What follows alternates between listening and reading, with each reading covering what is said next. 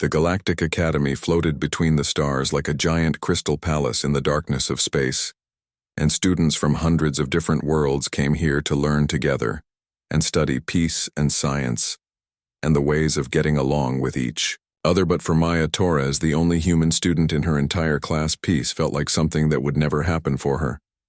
because every single day was filled with whispers and mean looks and cruel words that cut deeper than any knife could ever cut. Silvara was the worst of them all, and she was an elf woman with long silver hair that looked like moonlight falling down her back, and her eyes were a strange violet color that seemed to glow when she looked at Maya with that special kind of disgust that only came from someone who truly believed they were better than you. And right now those violet eyes were fixed on Maya as she whispered to her friends in that musical voice that elves were so famous for. The elf said that the Death Worlder was trying to read again, and she wondered out loud if Maya could even understand the words on the page,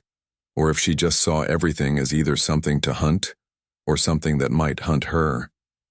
And the other students around Silvara started to giggle behind their delicate hands like this was the funniest joke they had ever heard in their entire lives. Maya kept her eyes down on her datapad, and she clenched her jaw tight because she had learned that fighting back only made things worse. And the elves thought they were the best species in the whole galaxy because their civilization was 50,000 years old,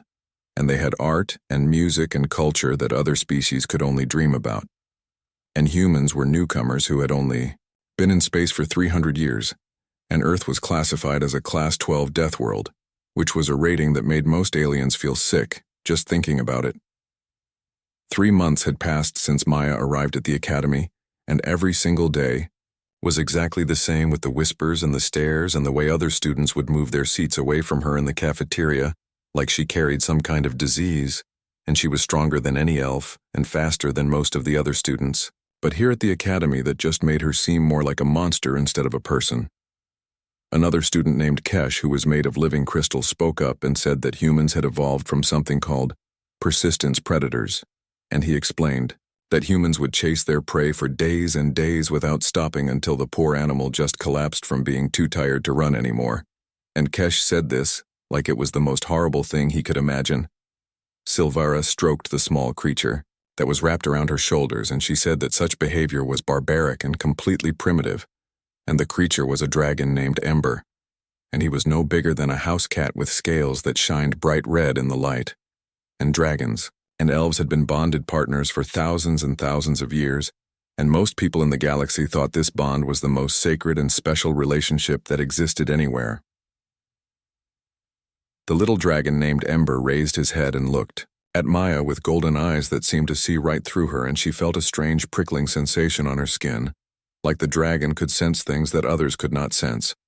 And Maya wanted to tell them all that persistence hunting required intelligence and strategy and endurance beyond what any of them had, but she had learned months ago that defending herself only brought more mockery and more cruelty. Professor Vintar glided into the classroom on his anti-gravity platform, and he was an elderly being from the Centauri Collective, and his body communicated through chemical signals that a translator device turned into words that everyone could understand.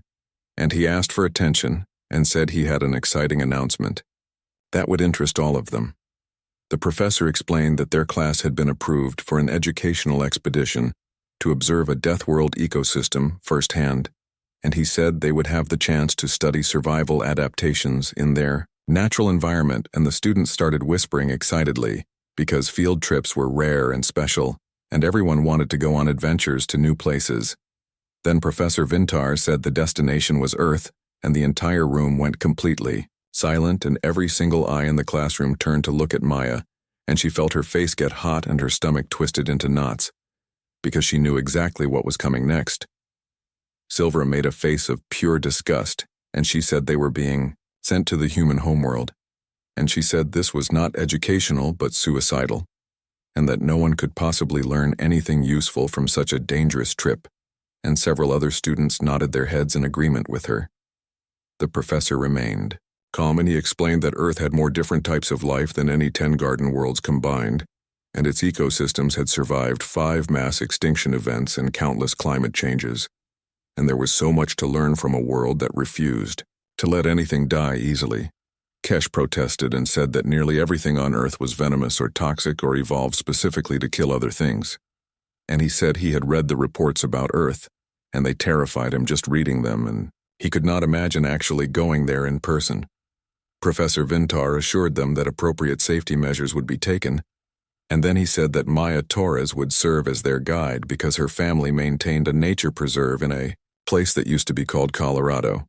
And Maya felt her heart sink down into her shoes because she knew this meant a whole week of her classmates being terrified of butterflies and clouds and every little thing that moved. It meant more mockery and more proof that she came from a world of nightmares and horrors, and she would never be seen as normal or acceptable, no matter how hard she tried to fit in with them.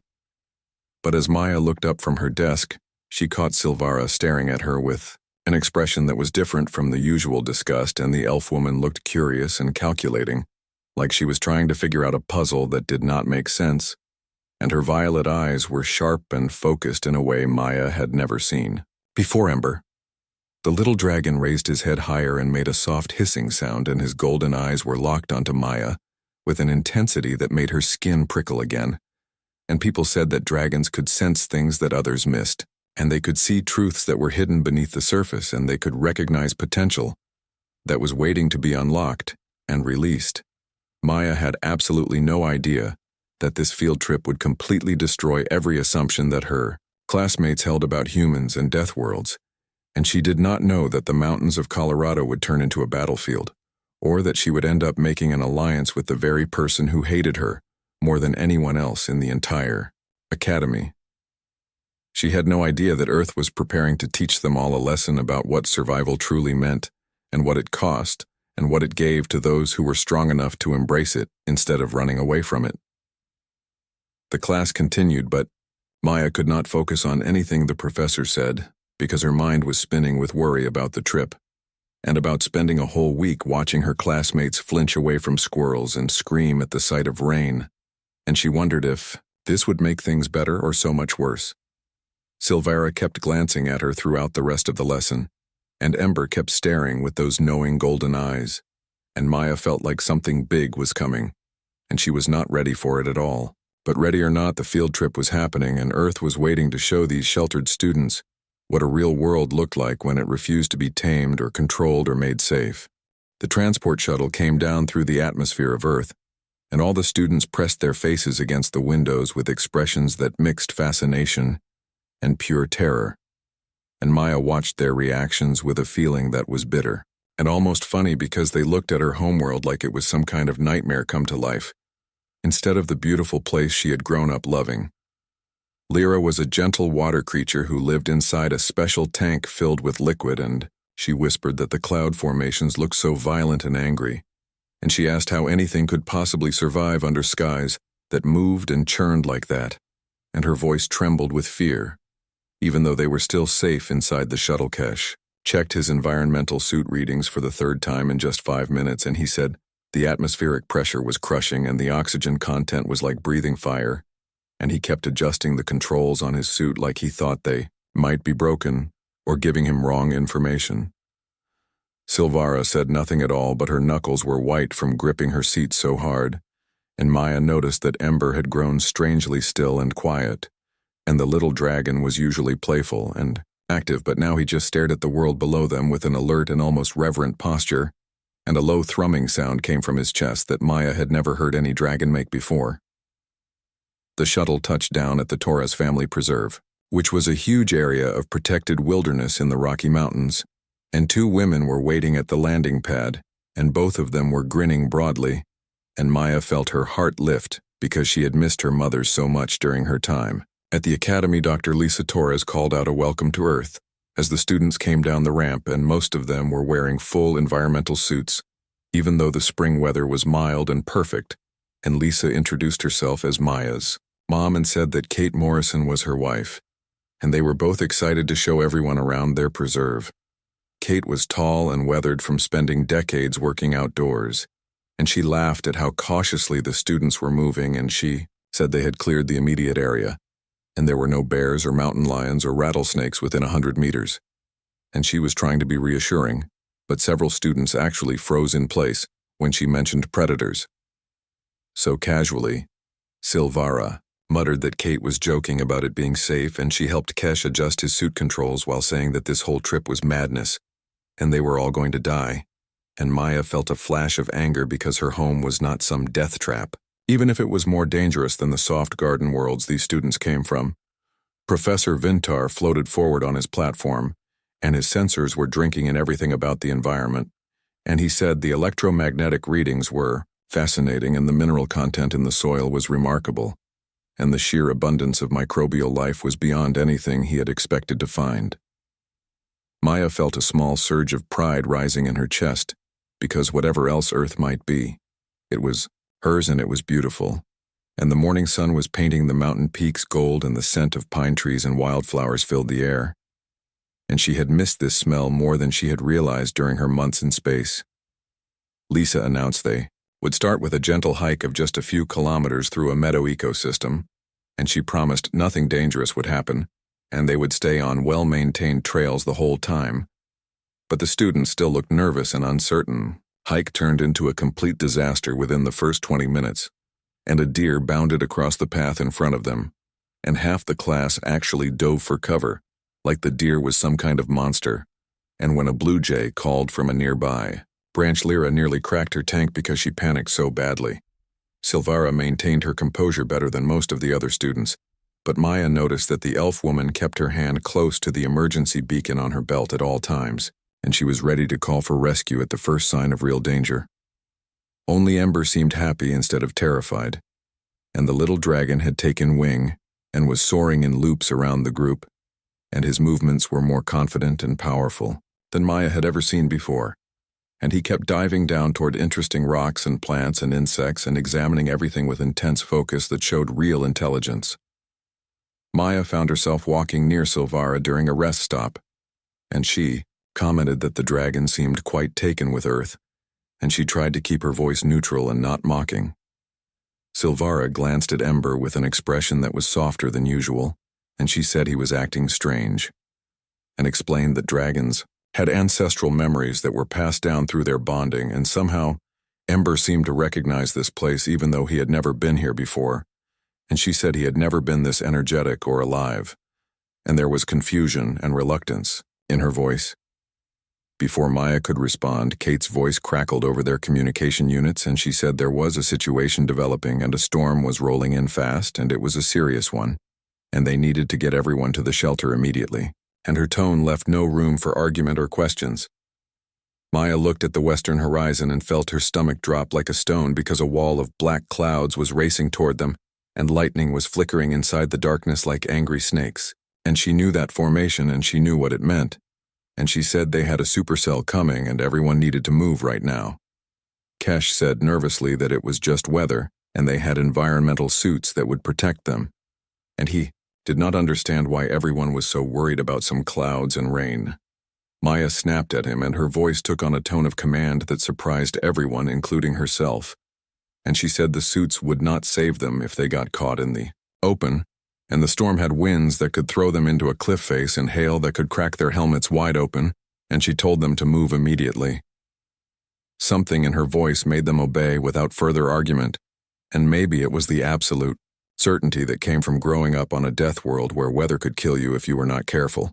and the students hurried down the trail with Maya and Silvara bringing up the rear to make sure no one fell behind. Then Ember shrieked, and it was a sound of fear and distress, and Maya watched in horror as the little dragon got caught in the leading edge of the storm, because he had flown too far ahead, and the wind was tossing him around like a leaf, and his wings could not find purchase. In the chaotic air currents that were spinning and twisting, Silvara's composed mask completely shattered, and she screamed her dragon's name and started to run toward him, but the wind hit her like a physical blow and knocked her backward, and she would have tumbled over the edge of the trail if Maya had not been there. Maya did not think or plan, and she just lunged forward and caught the elf woman before she could fall, and with her other arm she reached up and somehow impossibly snatched Ember from the air as the wind threw him past them, and it was pure instinct and Deathworlder reflexes that let her do it. The dragon's claws dug into her forearm and drew blood, but she held tight as she pulled both dragon and elf back from the edge, and lightning struck a tree only 20 meters away, and the thunder was so loud it felt like being inside a drum that someone was beating. Maya shouted over the roar of the storm that the shelter was just ahead,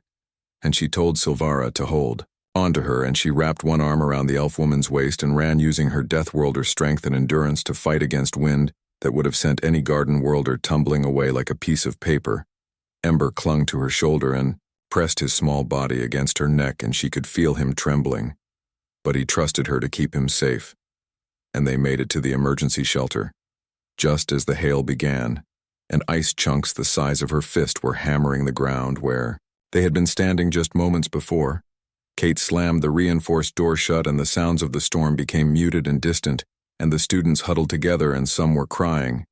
and most were in shock because they had never experienced weather as a threat before, and their worlds had tamed nature so long ago that they forgot it could be dangerous.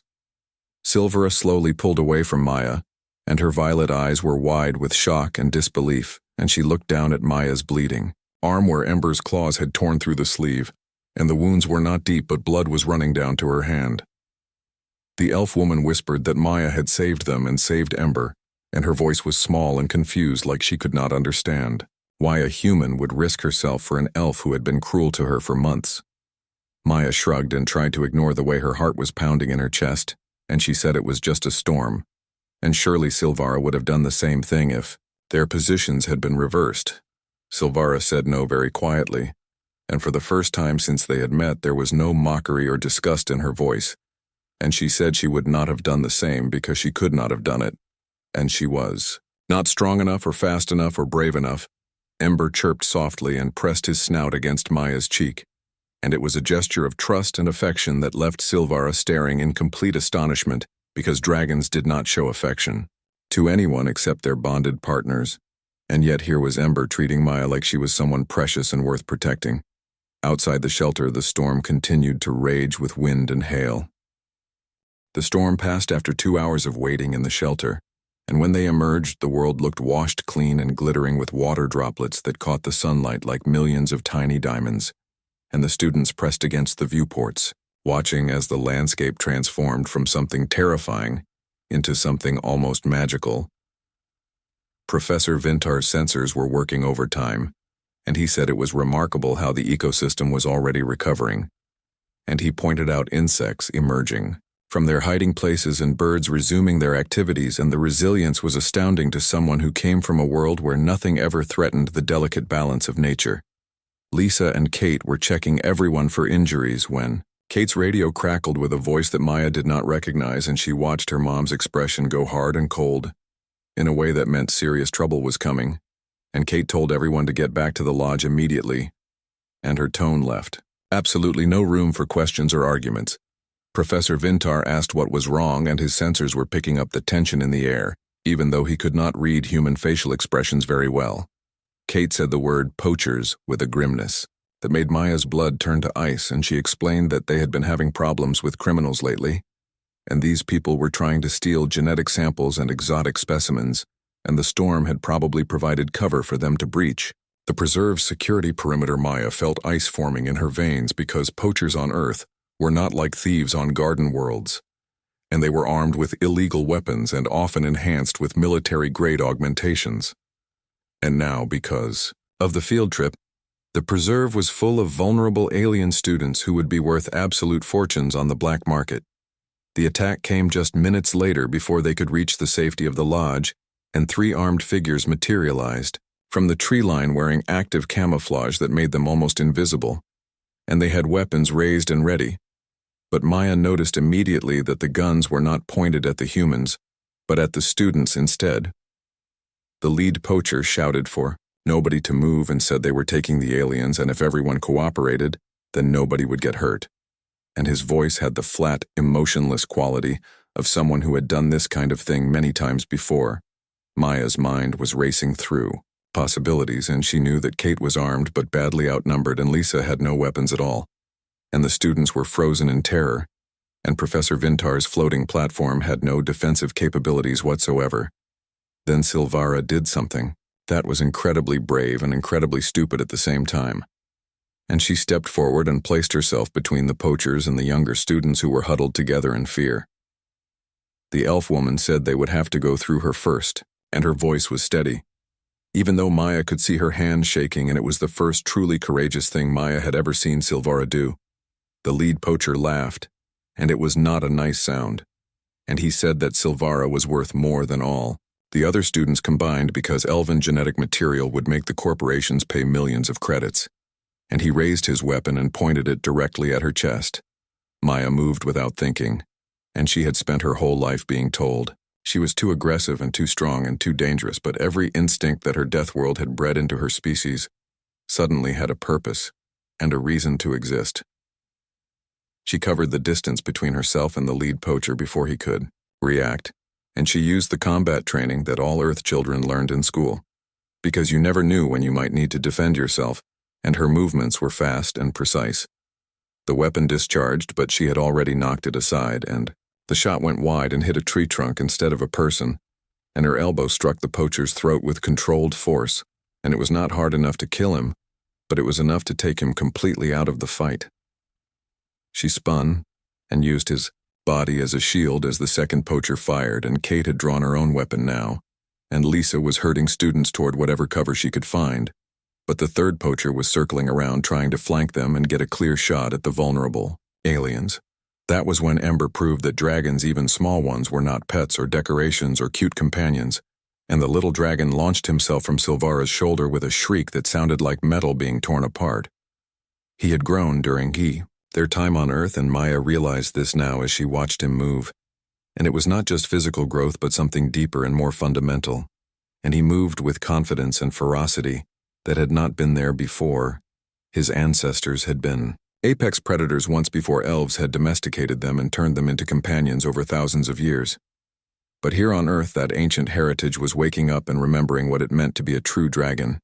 Ember struck the third poacher's face with claws extended, and the man stumbled backward, firing wildly. But the dragon was too fast and too agile, and he moved like lightning, like the ancient raptors that had once hunted in Earth's skies, and his fire erupted in a genuine gout of flame that melted the poacher's weapon into useless slag. The dragon had grown, Maya realized with shock, and it was not just in spirit, but in actual physical size, and he was nearly twice as large as he had been that morning, and his scales were brighter, and his movements were more powerful and more deadly. Silvara called her dragon's name, and Ember returned to her immediately, and took up a protective stance in front of his bonded partner, and his wings were spread wide and his teeth were bared, and he looked magnificent and terrifying. Kate had subdued the second poacher with efficient movements, and Maya had the lead poacher pinned to the ground, with her knee in his back, and the third poacher, with his helmet half melted and his face burned, was trying to crawl away. But he was not going anywhere. Kate ordered him not to move, and her weapon was steady and professional, and she said that preserve security teams were 2 minutes out, and they would be taken into custody and prosecuted to the fullest extent of the law. The crisis was over as quickly as it had begun, but its impact was just starting to spread through the group, and the students had watched Maya fight, and they had seen what a human could really do when protecting others. And they had witnessed her speed and her strength and her absolute refusal to let harm come to people she barely knew. And they had seen Ember transform into something magnificent and terrible, and awakened by the world that had birthed the deadliest predators in the known galaxy, and the dragon that had been small and decorative was now powerful and proud. Lyra approached Maya cautiously as security teams arrived to take the poachers away. And she said that Maya had moved so fast, and she had never seen anyone move that fast in her entire life. Maya was catching her breath, and she said quietly that humans were pursuit predators, and everyone knew that.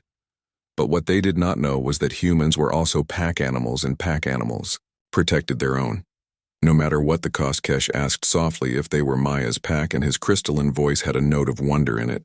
like he could not quite believe what he was asking. Maya met his eyes, and she said they were her classmates, and that was close enough for her, and she would protect her classmates the same way she would protect her family. Silvara approached then with Ember riding on her shoulder, and the dragon had shrunk back to near his original size. But something fundamental had changed in him, and his eyes held intelligence and pride that Maya recognized as the look of a creature that had remembered what it was truly meant to be. The elf woman said, "Thank you," and the words seemed to cost her something, and she said she owed Maya an apology, and actually several apologies because they had treated her abominably, and Maya had responded by protecting them at risk to her own life. Maya said simply that Silvara was welcome, and she did not need thanks for doing what was right. Silvara asked a question that had clearly been bothering her, and she gestured at the scene around them with the storm damage and the subdued poachers and the wild landscape,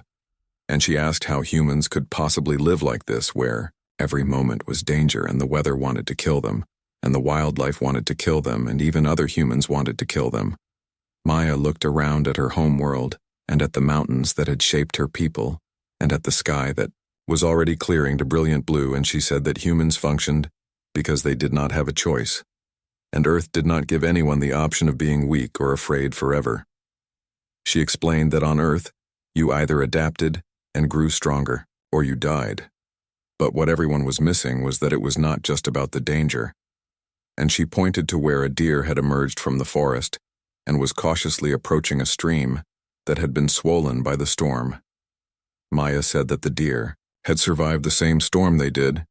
and so had every tree and every bird and every insect, and life here did not just endure, but actually thrived, and humans had learned to not just survive Earth, but to love it and protect it.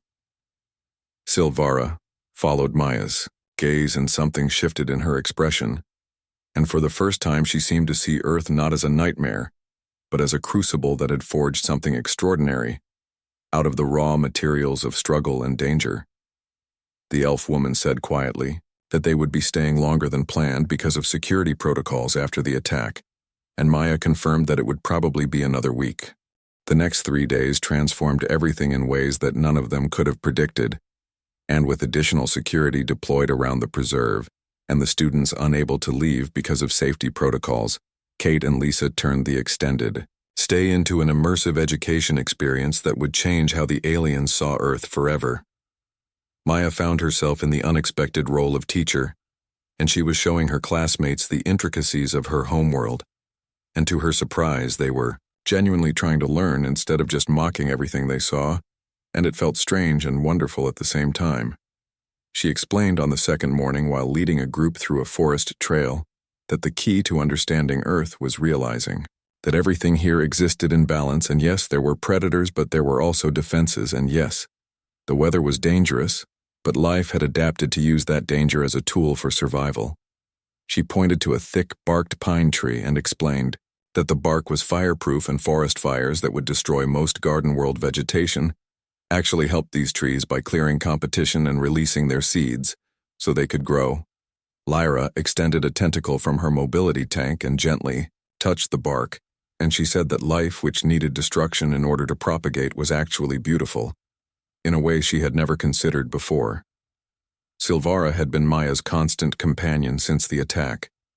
and the elf woman's curiosity had apparently been awakened by the crisis they had survived together, and Ember too had bonded to Maya in a way that clearly confused his elven partner. The elf woman admitted as they watched the dragon play hunting butterflies that Ember had never been this affectionate with anyone except her, and dragons bonded to one person for life, and yet, on Earth it was like he had found a second home, or remembered something he had forgotten. Maya suggested carefully that maybe it was because Earth reminded Ember of what dragons used to be before they became domesticated and turned into companions instead of the apex predators. They had once been. Silvera stiffened at first, but then slowly nodded, and she said that elven ancestors had not actually domesticated dragons but had partnered with them after they were already diminished and the great dragon lords of legend had gone extinct, thousands of years before elves achieved spaceflight, and they had only ever known small dragons. Maya asked what if the dragons were not really extinct but just needed the right environment to remember what they truly were, and she gestured to Ember, who had successfully caught a dragonfly and was examining it with obvious delight and intelligence. That afternoon, Kate took them to a bear observation area, and the students watched from a safe platform as a massive grizzly bear fished in a stream below them, and the bear was graceful despite its size. Kate explained that the animal weighed 300 kilograms and could run 55 kilometers per hour and climb trees and had a bite force of 1,200 pounds per square inch. And it was also intelligent and curious and mostly peaceful, unless it was threatened or protecting cubs. Kesh asked in wonder. How humans could possibly live alongside such creatures and not be in constant fear for their lives. Kate said the answer was respect, and she explained that humans respected the bear's space and needs and right to exist, and yes, sometimes humans got hurt, but the solution was not to eliminate everything dangerous, but to learn to coexist with nature. That evening they sat around a carefully controlled fire under Lisa's supervision, and the students began sharing stories from their own worlds. But the tone had shifted completely, and they were not boasting about their civilizations being superior anymore. Lyra said softly that her homeworld was beautiful, but nothing there had ever challenged her, and they had eliminated danger so long ago that they had also eliminated growth and opportunity. Silvera added while staring into the flames that elven worlds were gardens, and they were perfect and pristine and unchanging, and they had spent 50,000 years making everything safe and predictable, and she looked at Maya and said she thought they had been calling humans primitive, but maybe elves were the ones who had stopped evolving. Maya said that elves were not primitive but just different, and their worlds had taught them different lessons about life and survival. Silvera said quietly that maybe those were not the lessons they needed to learn, and Professor Vintar spoke up and said he had been reviewing Earth's history, including the climate wars and the unification and the rebuilding, and he said that humanity had faced extinction-level threats and adapted instead of dying. The professor said that humans had not made their world safer, but had made themselves stronger. And that was a fundamental difference in philosophy. Maya said they had not had a choice about it, and Earth did not give options. Silvara said quietly that humans could have destroyed themselves, but instead they built something extraordinary, and they kept the danger and the challenge, but learned to face it together as one species. On the fourth day, everything changed again, and they were hiking near a mountain lake, when Ember suddenly grew alert, and his head swiveled toward the tree line, and a low growl echoed from the shadows, and Maya's blood ran cold because she recognized that sound. She said quietly for everyone to stay calm and back away slowly, because there was a mountain lion nearby, and her voice was steady, but urgent.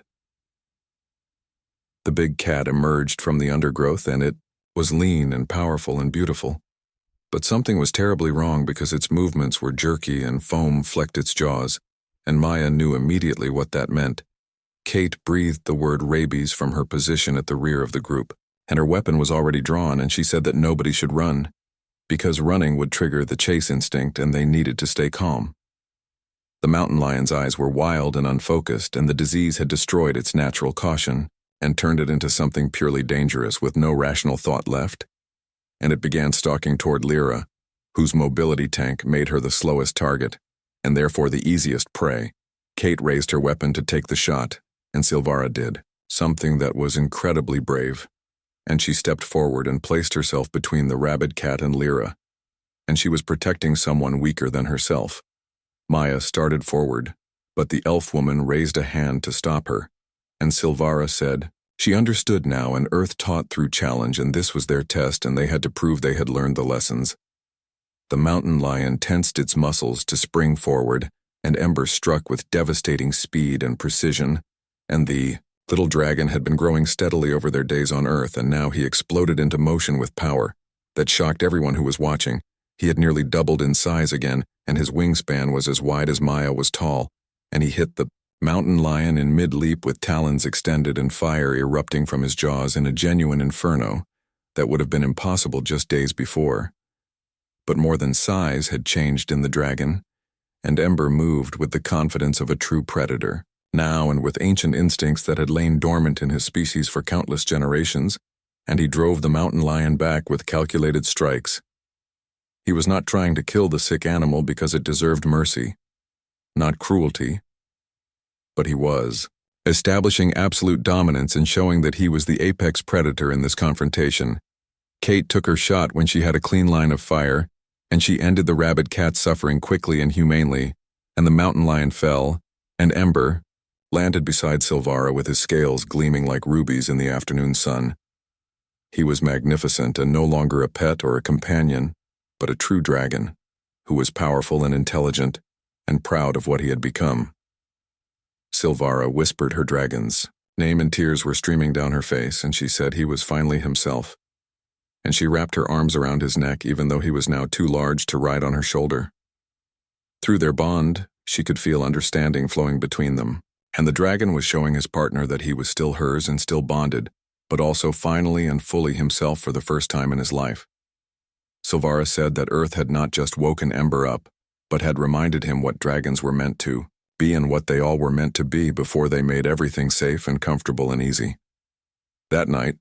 Professor Vintar called an emergency meeting, and he announced that he had been in communication with the Academy Council and their expedition. Reports had caused quite a stir among the leadership. The professor said the council was concerned, and when Maya asked what they were concerned about, he explained that they feared exposure to death worlds might fundamentally alter non-human psychology, and that it might be dangerous to established social structures.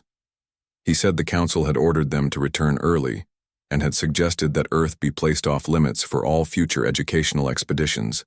and the room erupted in protest from every student. Kesh declared that this was absurd because the trip had been the most valuable learning experience of their entire lives. Lyra added that they could not just pretend death worlds did not exist, or that what they had learned here was not important for their development. Silvera stood with Ember perched beside her because he was now too large to ride on her shoulder, and she said with respect to the professor that the council was afraid,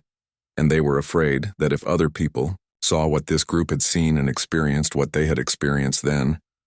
those people would start asking questions about why their civilizations had become so stagnant. The return to the Galactic Academy was nothing like the departure had been, and the students who had left Earth were not the same ones who returned, and it showed in everything they did, from the way they walked to the way they spoke to others and the confidence they now carried in their movements. Silvera called an assembly, which was something rarely done by students, but her family's ancient prestige and reputation gave her the authority to demand attention from the entire academy, and the auditorium filled with curious observers, including students and faculty, and even representatives from several species' homeworlds who wanted to know what had happened. Maya stood backstage feeling nervous and anxious because she had agreed to speak, but facing hundreds of beings who saw her as a monster was terrifying. Even after everything that had happened on Earth, Silvara was adjusting the collar of Maya's formal uniform, and she said quietly that Maya was not a monster, and she told her that she was what they all should aspire to become. Maya asked what that was, and Silvara smiled and said the answer was simple, and it was being unafraid of challenges and unafraid of growth, and she asked if Maya was ready. The elf woman took the stage first and moved with the grace that her people were famous for throughout the galaxy. But there was something new in her bearing now, and it was a strength and confidence that had not been there before the trip to Earth. Silvara began by addressing the honored guests, and she said they had returned from Earth 3 days ago, and the council had declared their expedition a failure and had moved to classify all death worlds as unsuitable for educational purposes. And she said clearly that the council was wrong. Murmurs rippled through the audience like waves, and people whispered to each other, wondering what she meant. Silvera continued and said they had gone to Earth expecting to see a world of horrors, and yes, they had seen danger, including weather that could kill them and predators that saw them as prey, and even other humans who had tried to harm them for profit. She paused for effect and then said that they had also seen something infinitely more valuable than safety, and they had seen what life becomes when it is truly tested by adversity. Images from Earth appeared on screens around the auditorium, showing the storms and the forests and the wildlife and the students facing each challenge and overcoming their fears. Silvara said that on Earth she had been forced to be brave not because she wanted to be, but because the alternative was failure or injury or death. And in being brave, she discovered she was capable of far more than she had ever imagined possible. She gestured to Ember, who spread his wings, and they now spanned nearly 3 meters, and he was magnificent and powerful. And the audience gasped at seeing a dragon that large, because most dragons never grew beyond the size of a cat. Silvara said her partner, and her dragon had been awakened by Earth, and he had remembered what his species was before elves had made them safe and small and decorative. And she looked directly at the council representatives. She said that Earth had not made them into monsters, but had made them real and authentic, and she said she had been cruel to Maya Torres because she thought the humans' world made her inferior. Silvera said she had mocked Maya's strength as barbarism and her resilience as primitiveness, and she admitted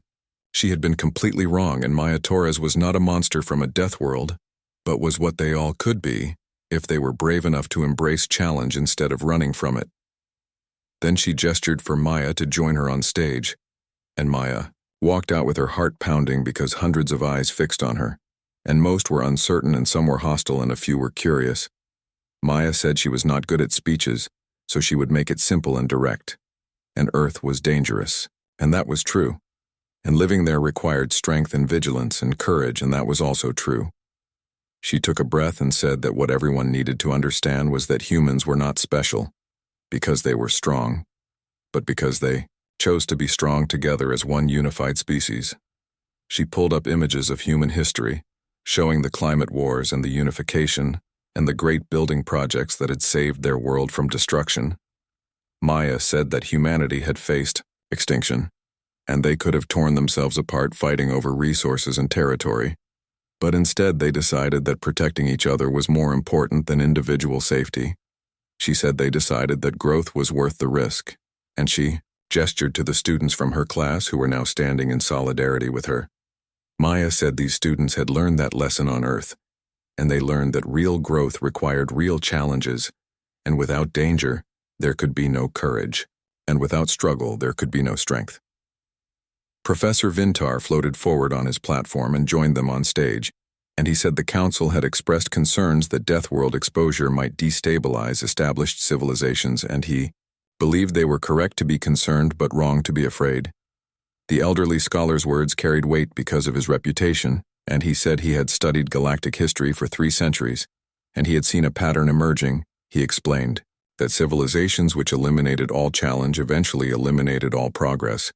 and they became beautiful and cultured and utterly static, and they stopped dreaming of what they could become because they were too busy preserving what they already were. Professor Vintar turned to address the council directly, and he said that Earth and worlds like it were not threats to civilization, but were opportunities, and they were opportunities to remember what had been forgotten in all the comfort and safety. He said they were opportunities to grow beyond current limitations. The auditorium erupted in debate, with some calling for restrictions and others calling for exploration, and Maya noticed something important, which was that the students were speaking up and sharing their experiences and refusing to be silenced by authority.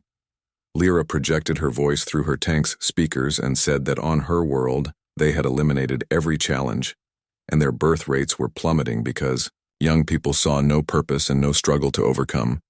and maybe they needed danger and maybe they needed purpose. Kesh added his voice and said, Earth had taught him that beauty and danger could coexist, and that maybe true beauty actually required an edge of risk to make it meaningful. The debate raged for hours with passionate arguments on both sides, and finally the council called for a recess so they could deliberate in private about what to do. Silvara found Maya outside the auditorium, watching ships come and go from the Academy's docking ports, and Ember lay between them, with his large form warming them both against the cold of space. The elf woman said that whatever the council decided, this would not end here, and they had shown everyone something that could not be unseen or forgotten. Maya asked what that was, and Silvara said they had been calling themselves civilized, while humans were calling themselves human, and that maybe being human was actually better than being civilized. Maya smiled and said she thought civilization and humanity could coexist together. Silvara said then Maya should teach them how to be both, and teach them how to keep their cultures and their grace while reclaiming their courage. And she asked Maya to be their guide. The council returned with their decision after several hours, and they announced that Earth would remain open for educational expeditions, but with expanded safety protocols, and more importantly, they announced the creation of the Death World Cultural Exchange Program. The program was designed to help Garden Worlders understand and learn from high-gravity and high-danger worlds, and it would facilitate exchange, and Growth. Maya was asked to serve as one of the program's first ambassadors, and she accepted without hesitation. Over the following months, everything changed in ways both large and small, and students who had been to Earth returned as advocates, and they shared their experiences with anyone who would listen. Silvara became a passionate spokesperson for cross-world understanding, and Ember served as living proof that sometimes challenge unlocks potential, that safety smothers, and the two became inseparable. The human from a death world and the elf who learned to embrace danger were united by their shared experience and by a growing friendship that deepened with each passing day. Other species began requesting their own death world expeditions, and not all of them succeeded because some students could not handle the challenges they faced, but those who did succeed returned, transformed, and they carried with them lessons about courage and resilience and the value of protecting each other, even when it was dangerous to do so. Humans slowly became not outcasts but teachers, and Earth became not a nightmare but a classroom where important lessons were taught. Maya Torres, who had once been mocked as a monster, became a bridge between worlds, and she was proof that strength tempered with compassion was not barbarism, but the highest form of civilization. She stood in the Academy's observation deck months later with Silvara beside her, and they watched Earth rotating peacefully in the viewport below them. Silvara asked if Maya ever regretted coming to the Academy and enduring all the mockery and cruelty she had faced. Maya thought about it, and she remembered the loneliness of those first months and the pain of being called a monster. But she also thought about what had come after, including friendships forged in crisis and respect earned through courage in a galaxy. Slowly learning that different did not mean wrong, she said no, and explained that the others had been right to be.